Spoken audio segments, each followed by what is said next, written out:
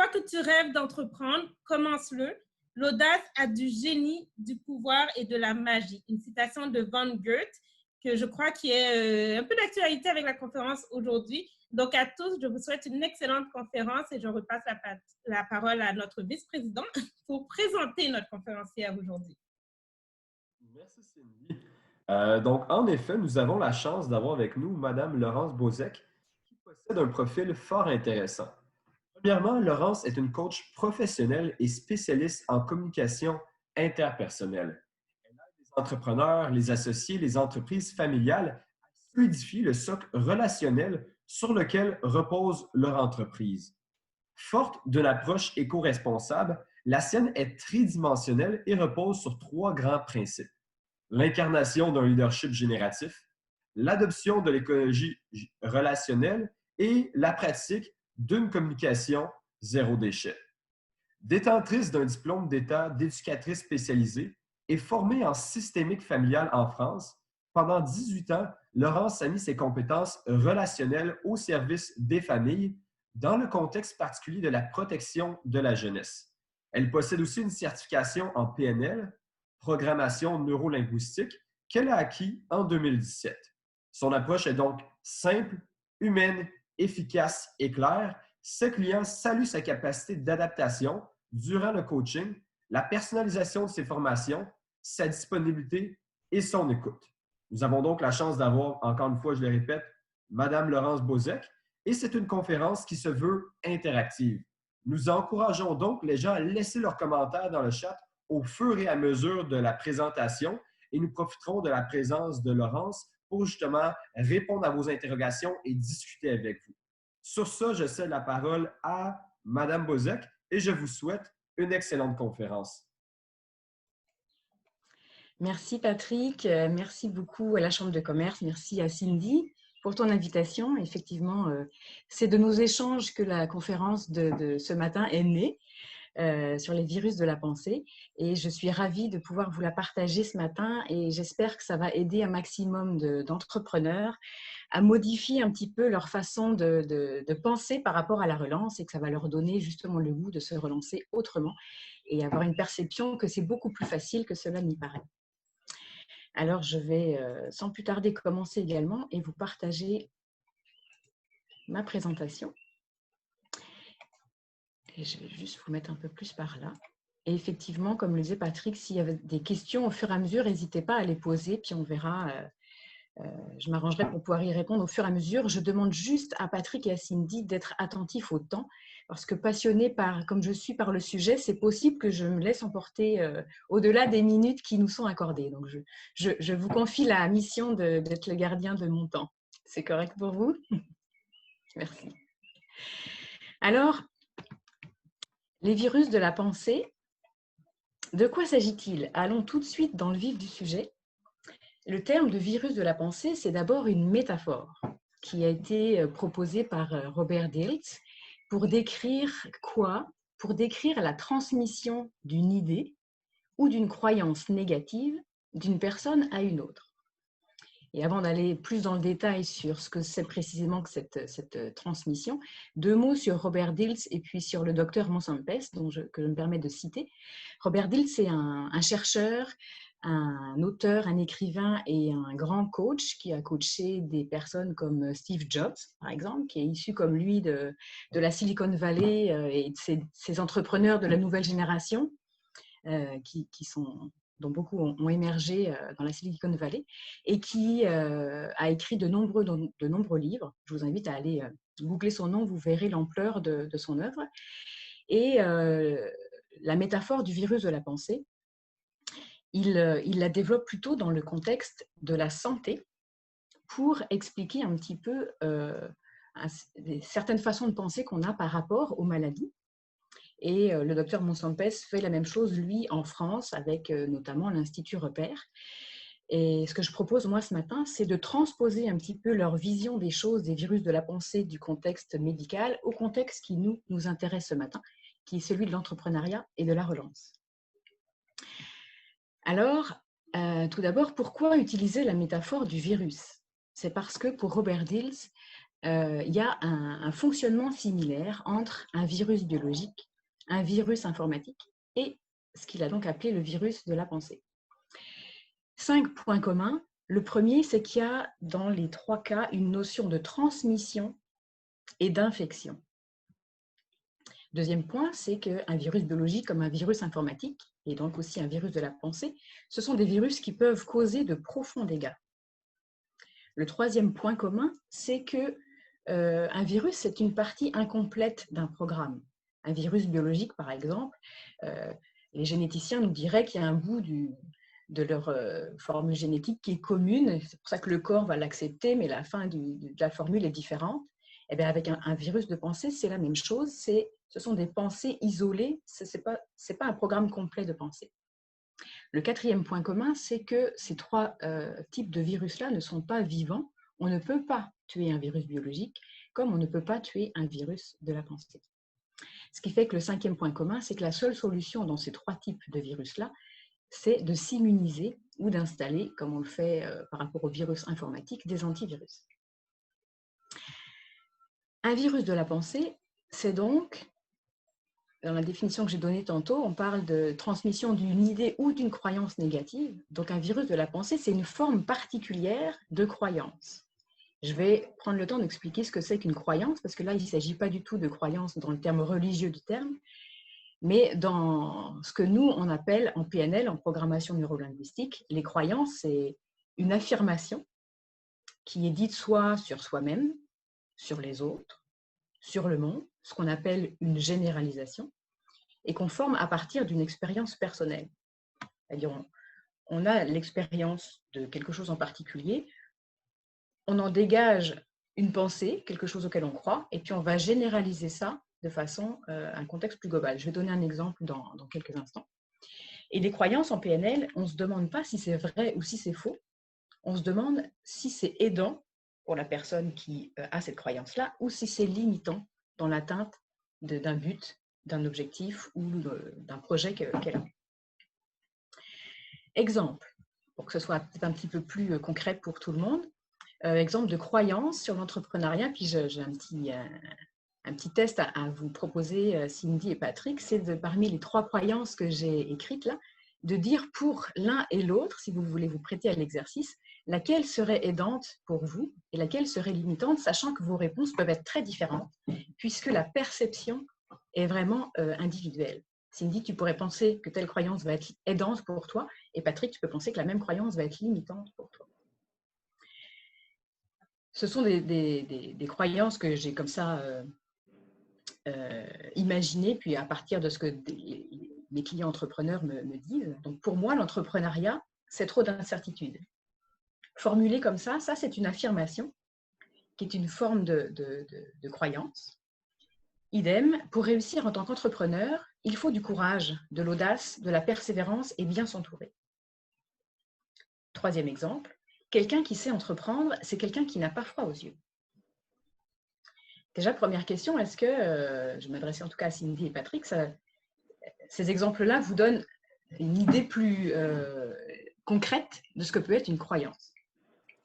Et deuxième question en même temps, laquelle vous choisiriez qui serait aidante pour l'un et limitante aussi pour l'autre?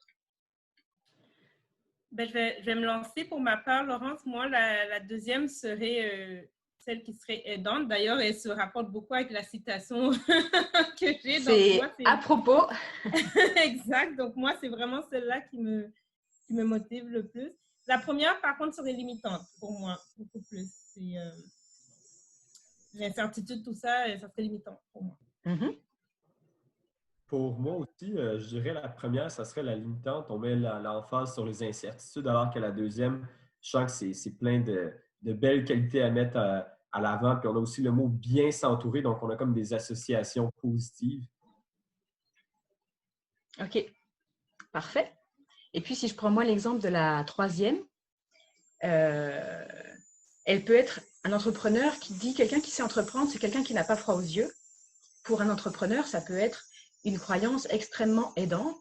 Si c'est une personne qui s'estime ne pas avoir froid aux yeux, ça va le motiver et se dire « Génial, j'ai cette compétence-là, j'ai pas cette qualité-là, je n'ai pas froid aux yeux, donc je vais être quelqu'un qui sait entreprendre. » À l'inverse, un entrepreneur qui n'a pas tendance à se décrire comme quelqu'un qui n'a pas froid aux yeux va trouver cette croyance-là limitante. Pourquoi ça va le limiter, lui? C'était pour vous montrer combien c'est extrêmement individuel, une croyance. Donc, on ne peut pas dire que c'est bien ou pas bien de croire ça, c'est à chacun de voir comment ça l'aide ou comment ça le limite dans l'atteinte de ses objectifs. Merci de vous être prêté à l'exercice. De la même façon, là, on ne va peut-être pas le faire, sinon je pense qu'on va déborder le temps, mais je vous inviterai tous les deux, puis ceux qui nous écoutent aujourd'hui, à se poser la question de leur croyance par rapport à la relance. Et de façon générale, chaque entrepreneur qui se pose des questions par rapport à une thématique particulière, que ce soit l'entrepreneuriat, que ce soit la relance ou même une troisième thématique, si vous voulez faire émerger vos croyances, les découvrir, ces trois types de questions-là sont puissantes. Se dire, pour moi, la relance, c'est, et puis faire 2-3 phrases en la complétant de façon spontanée, sans trop réfléchir, pour voir ce qui monte spontanément. Pour réussir la relance, il faut, et puis on complète. Quelqu'un qui sait se relancer, c'est quelqu'un qui, et on complète. Et 2-3 phrases pour chaque, ça permet de faire émerger en fait ce qu'on croit par rapport à une thématique particulière. Mais je propose à chacun de le faire individuellement pour ne pas déborder le temps ce matin. Alors ça, c'était pour vous expliquer ce que c'est qu'une croyance classique. Maintenant, quelles sont les différences, liens et différences entre une croyance classique et un virus de la pensée? Le premier point, je pense que vous l'avez deviné, c'est que la croyance classique, elle m'appartient. C'est quelque chose auquel moi, je crois. Alors que le virus de la pensée, c'est une croyance limitante qui appartient à l'autre. La croyance classique, je peux la modifier grâce à l'expérience, ce qui n'est pas le cas pour un virus de la pensée, justement parce que la croyance limitante appartient à l'autre personne. Qu'est-ce que je veux dire par modifiable grâce à l'expérience? Un entrepreneur qui aurait la croyance, quelqu'un qui sait entreprendre, c'est quelqu'un qui n'a pas froid aux yeux, peut avoir développé cette croyance-là, cette généralisation, à partir d'une expérience en particulier. Il a croisé un entrepreneur, il a trouvé que cet entrepreneur-là n'avait pas froid aux yeux, et il a trouvé que c'était quelqu'un qui savait entreprendre, il a associé les deux. Et à partir de cet exemple unique, il en a fait une généralisation. Cette croyance-là, si elle est limitante pour lui, on pourrait aller la modifier, par exemple en lui demandant de trouver un contre-exemple. Ok, mais est-ce que tu connais un autre entrepreneur qui sait entreprendre aussi et qui pourtant, lui, n'a pas froid aux yeux?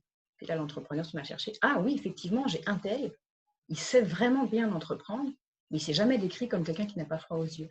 Et rien qu'en trouvant un contre-exemple ou une autre expérience, donc l'expérience de quelqu'un d'autre, ça vient modifier la croyance.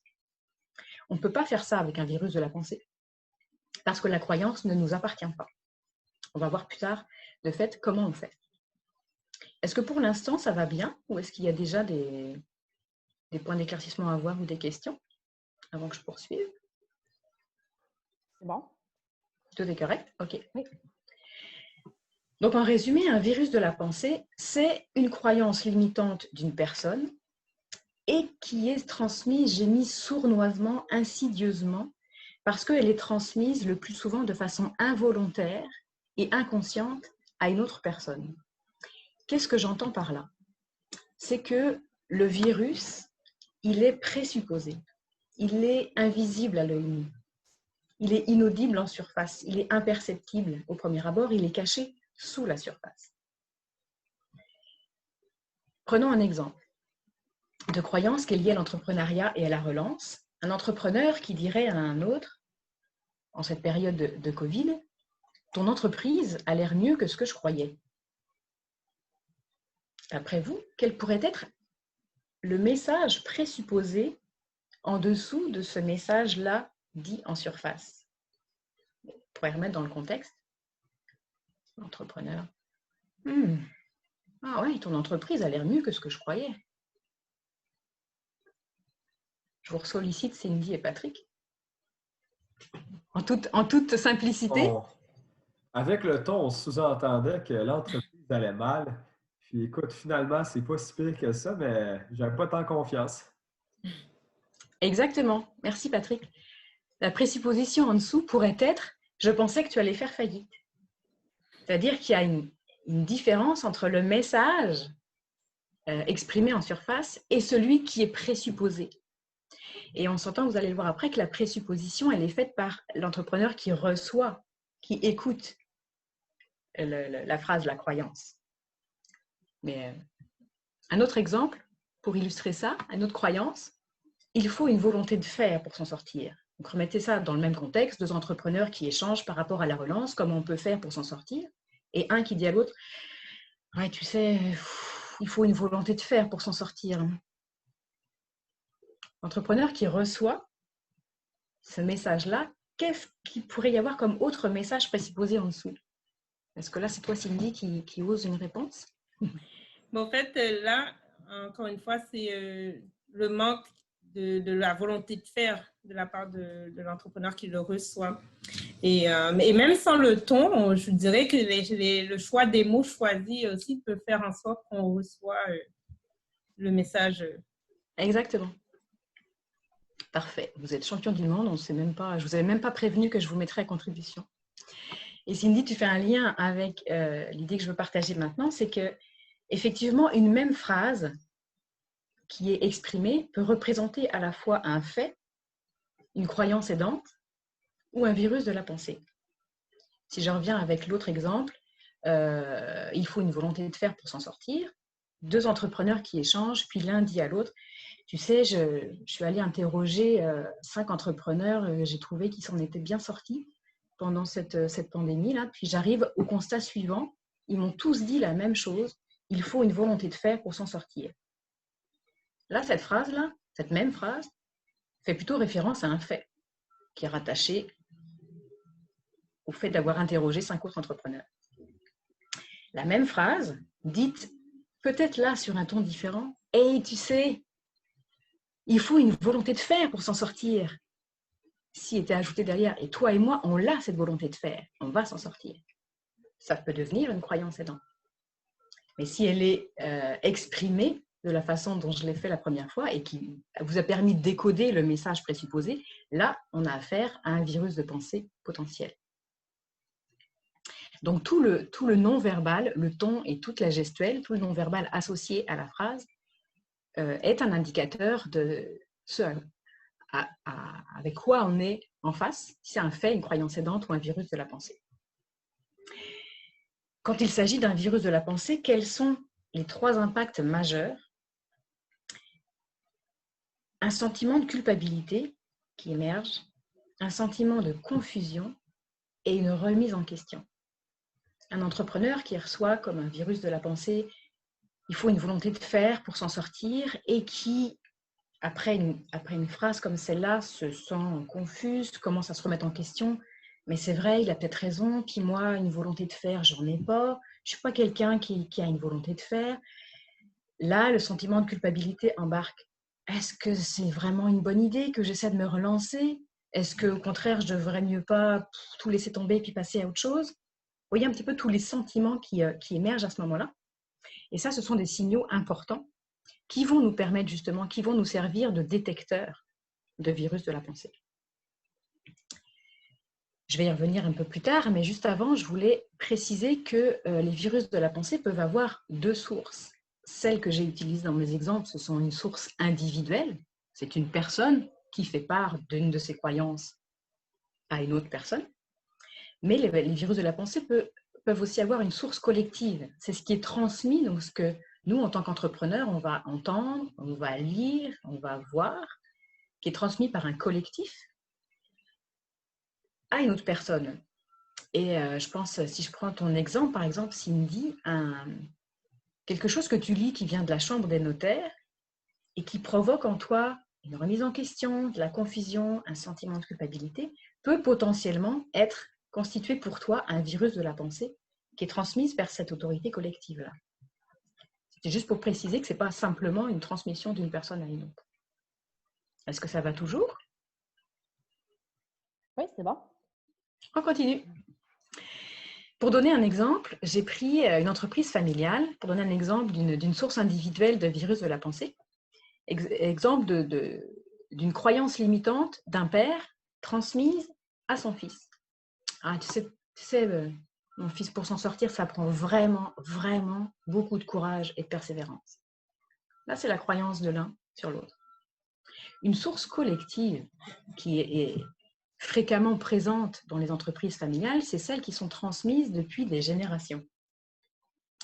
J'ai pris l'exemple là d'un virus potentiel de pensée qui pourrait être transmis à par exemple, une entreprise familiale où il y a plusieurs frères et sœurs, et puis c'est la sœur où les questions qu'éventuellement elles reprennent la tête de l'entreprise familiale, et puis qui s'entendent dire « Ah, mais tu sais, jamais une femme n'a été à la tête de l'entreprise familiale. » Et ça, potentiellement, on va voir tantôt, ça peut constituer, selon comment la fille va le recevoir, ça peut constituer pour elle un virus de la pensée extrêmement nocif. Ce qui favorise maintenant l'infection. Tout comme le virus de la grippe, pour en prendre un plus commun, vous êtes 3 personnes en contact avec une personne infectée par le virus de la grippe. Ce n'est pas pour ça que les 3 personnes vont être infectées par le virus. Ça dépend de plusieurs facteurs. C'est exactement la même chose pour les virus de la pensée. Qu'est-ce qui va favoriser l'infection? La première chose, c'est si l'entrepreneur a un système immunitaire de pensée qui est déjà fragilisé. C'est-à-dire qu'il a soit une tendance à accorder déjà en temps normal plus d'importance à l'évaluation du monde extérieur qu'à ses propres évaluations à lui, ouais. Et quand nous sommes dans un état de fragilité, ce qui est le cas en ce moment en période de pandémie, les entrepreneurs peuvent être dans un état de fragilité, ce qui demande une vigilance accrue par rapport au virus de la pensée. Et surtout, je dirais les virus de la pensée collective, parce qu'on est à même d'être en contact avec énormément d'informations. Et il y a besoin de faire un tri important par rapport à ce qu'on laisse entrer comme information ou ce qu'on ne laisse pas entrer. Et autre chose qui favorise l'infection, c'est lorsque les virus de la pensée sont exprimés par une figure d'autorité.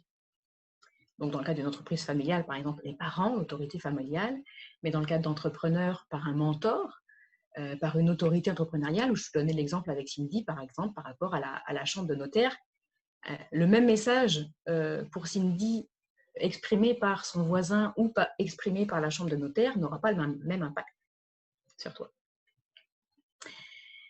Alors, quelle solution? J'en ai parlé un petit peu tantôt dans la définition, c'est de s'immuniser contre les virus de la pensée. Comment on fait ça? On va y venir. Le docteur Monsampès, donc par rapport, lui, au système de la santé, nous propose cette définition-là de ce que s'immuniser, c'est enseigner à notre système cognitif que la croyance en question, limitante, ne nous appartient pas. Facile à dire, mais comment on fait ça? Je vous propose ce que moi j'ai mis en place personnellement, c'est ce que j'appelle l'auto-immunisation en 3 étapes. Ce que moi-même je fais quand je perçois que je suis en contact avec un virus de la pensée potentielle, c'est que j'installe un antivirus, c'est-à-dire un système capable de détecter la menace. Comment je fais ça?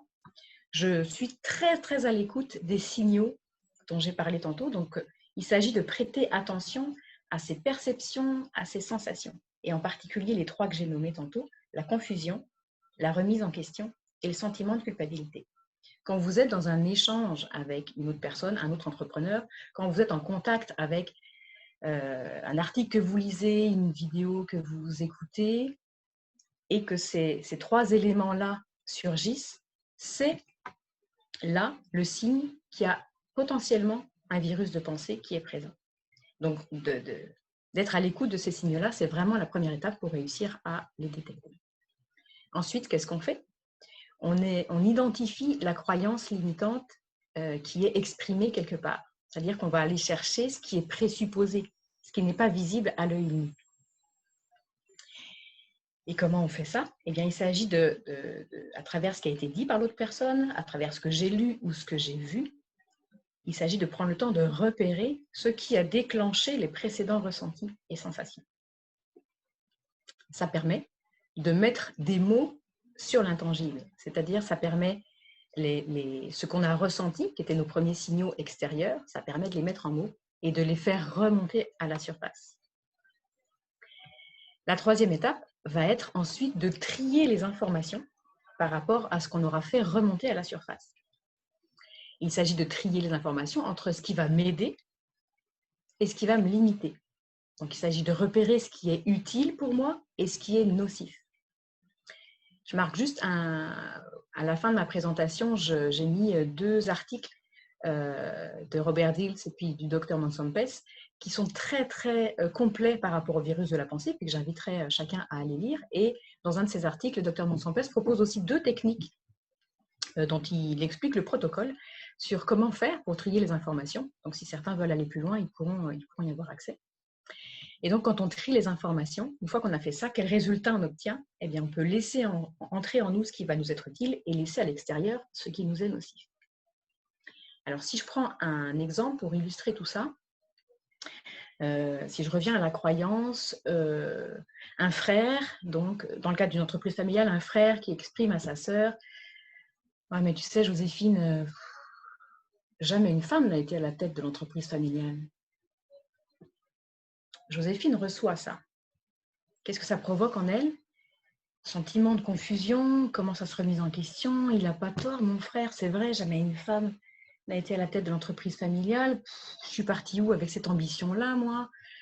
Est-ce que j'en ai les capacités? C'est ça les questions qui se posent. Vous voyez un peu tout ce qui peut émerger. Et le sentiment de culpabilité embarque. Mais heureusement, Joséphine a assisté à ma conférence et elle se rend compte que là, il y a 3 des signaux que j'ai nommés. Confusion, remise en question, sentiment de culpabilité. Donc, avant de laisser d'aller plus loin, là, elle peut passer à l'étape 2 et d'aller identifier les croyances limitantes qu'il y a dans ce message-là. Et Joséphine peut se dire, mais qu'est-ce qu'il est en train de me dire, mon frère, là? C'est quoi le problème? Il pense que je n'ai pas les capacités pour reprendre les rênes de l'entreprise familiale? Ben, si, moi, je sais que je les ai, les capacités. Je sais que je les ai. OK, donc cette croyance-là, je la laisse à mon frère. Elle fait un premier tri. Et elle ne la laisse pas rentrer. Ça lui permet de se repositionner.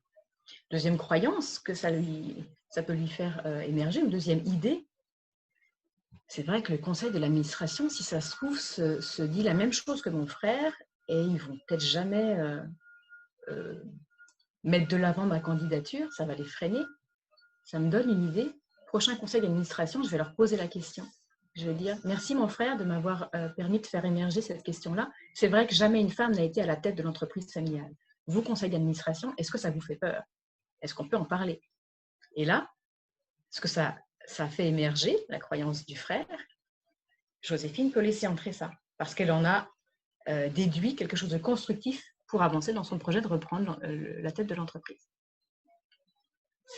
Est-ce que mon exemple permet à chacun d'y voir plus clair par rapport à comment on peut détecter un virus de la pensée et puis le transformer en quelque chose de constructif pour nous? OK. Alors, pour clore un petit peu, faire un résumé des points clés par rapport au message que je voulais vous partager ce matin, c'est quoi? Un virus de la pensée, c'est d'abord un point de vue limitant qui est transmis de façon sournoise, insidieuse par une personne ou un collectif à une autre personne. Ça peut être potentiellement aussi dangereux qu'un virus biologique ou informatique. Ça peut-être que vous allez, je ne sais pas si vous l'avez perçu, ce caractère dangereux ce matin, mais je vous invite dans ces cas-là à lire les articles que je vous propose après parce que les exemples qui sont donnés par rapport au domaine de la santé sont vraiment éloquents et expliquent le caractère réel de la dangerosité des virus de pensée.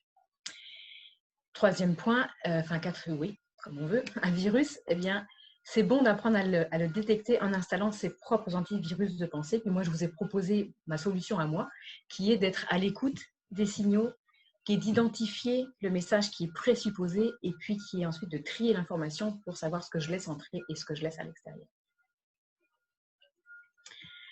Les 2 articles dont je parlais, je vous les laisse pour ceux qui veulent peut-être noter. Les virus de la pensée par Robert Dills. Donc, vous pouvez retrouver ces 2 articles-là sur le site web de Dr Monsampes, coachingsanté.net. Ça vous permettrait d'aller plus loin sur le sujet.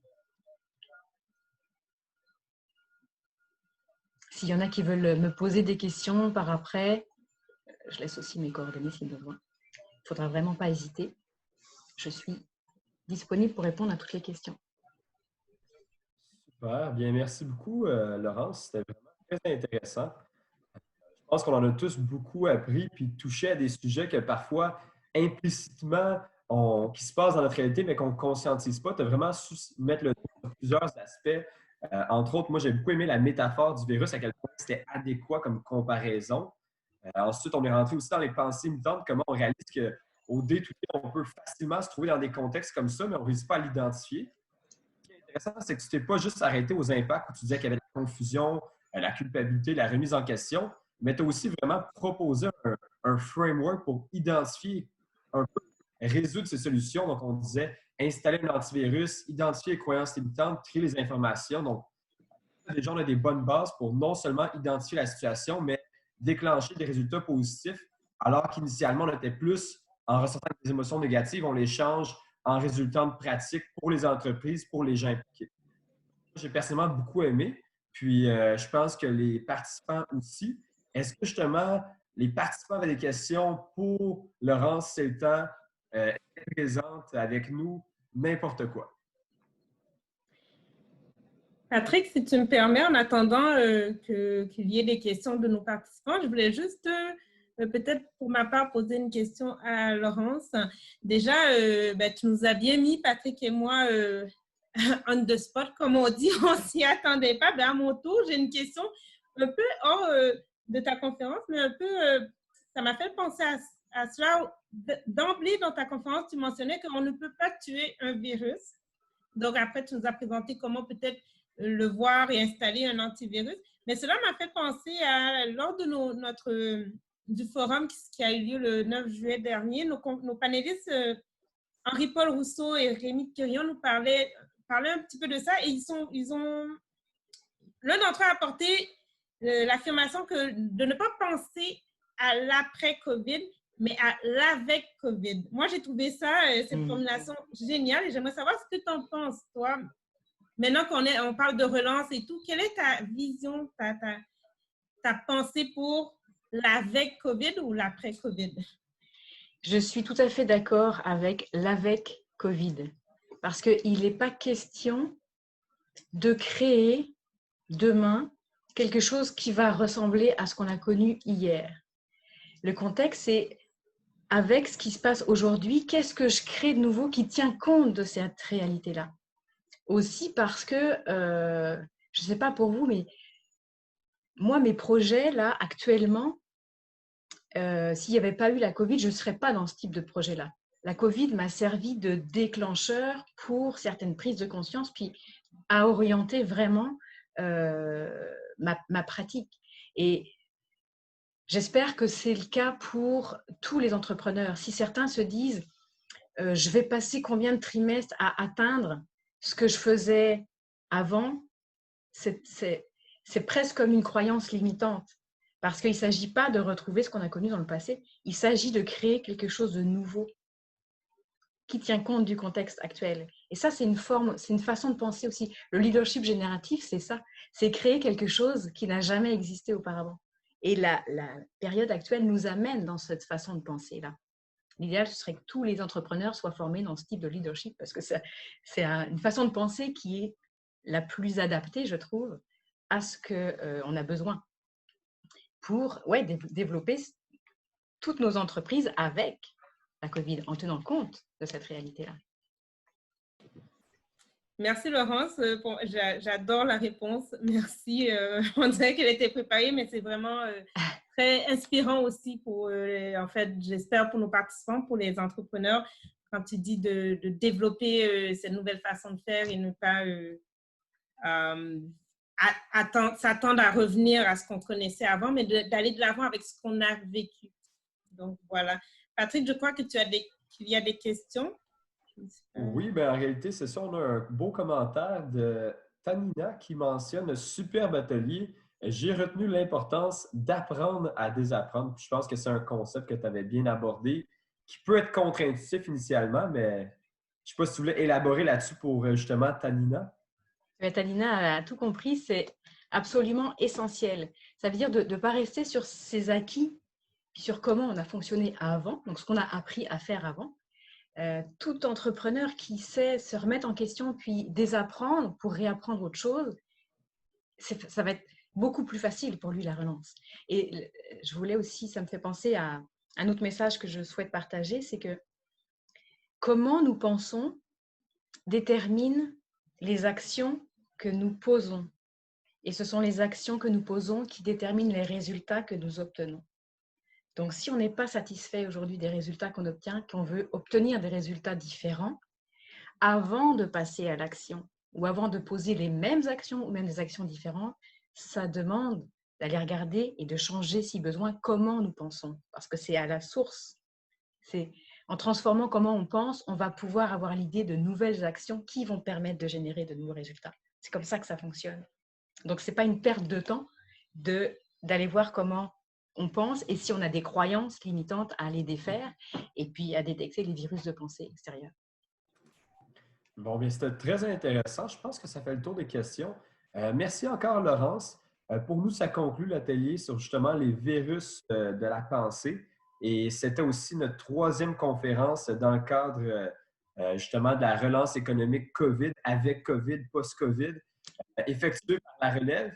Donc, ce fut un plaisir pour nous, pour les participants, encore une fois. Cindy et moi te remercions beaucoup, Laurence. Puis, ça sera un plaisir de revoir tous les participants lors d'une prochaine conférence propulsée par la relève ou la Chambre de commerce. Donc, encore une fois, un grand merci. Merci à chacun de vous. Merci, Laurence, pour ta présence. Merci, Patrick, aussi. Bonne journée. Bonne journée.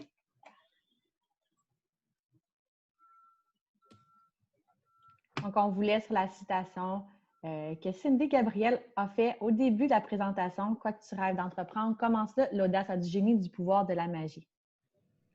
Voilà. Bonne journée.